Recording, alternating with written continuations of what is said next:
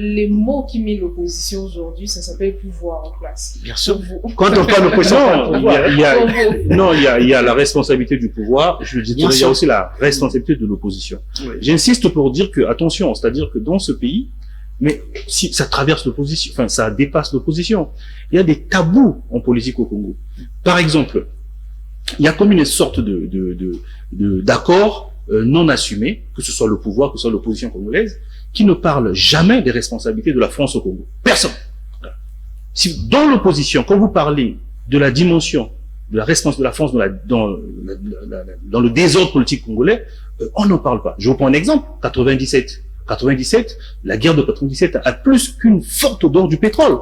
Qu'est-ce que nous avons fait pour protéger collectivement et l'opposition et le pouvoir, même dans les revendications de l'opposition, qu'est-ce que nous avons fait pour que cette ressource pétrole, le pétrole qui représente plus de 70% de notre budget, de nos recettes budgétaires, soit protégée pour que ça ne soit pas un élément de déstabilisation permanente du Congo? Personne. Et nous sommes aujourd'hui dans une sorte de monarchie présidentielle où le pouvoir contrôle exactement ça et discute avec l'étranger, discute avec la France quand il veut, comme il veut, et l'opposition vient à la rescousse. C'est pour ça que nous disons que c'est tabou. Cette opposition a un manque de stratégie. Absolument. Oui, bien absolument. Absolument. Mais qu'est-ce que vous faites à l'intérieur finalement pour vous reconstruire? Et surtout, vous avez été dérouté pendant cette élection présidentielle. Si on s'appuie sur les chiffres, nous contestons les chiffres. Les chiffres ne sont pas corrects. Vous pouvez pas contester les chiffres, autant donné que bien que vous faites partie de l'opposition, mais vous n'avez pas pris part à cette élection présidentielle.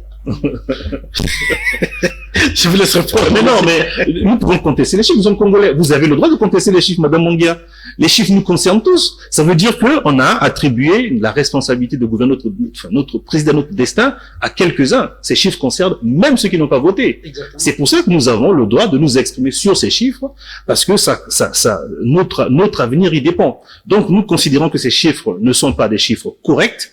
Tout ce que nous avons reçu de façon informelle, les Congolais sont allés beaucoup dans les bureaux de vote. Certains, ils ont pris des procès-verbaux en images, pas pour voter, hein, je vous dis bien, pour aller prendre des preuves où nous voyons beaucoup de procès-verbaux qui ne sont pas du tout légaux. Mais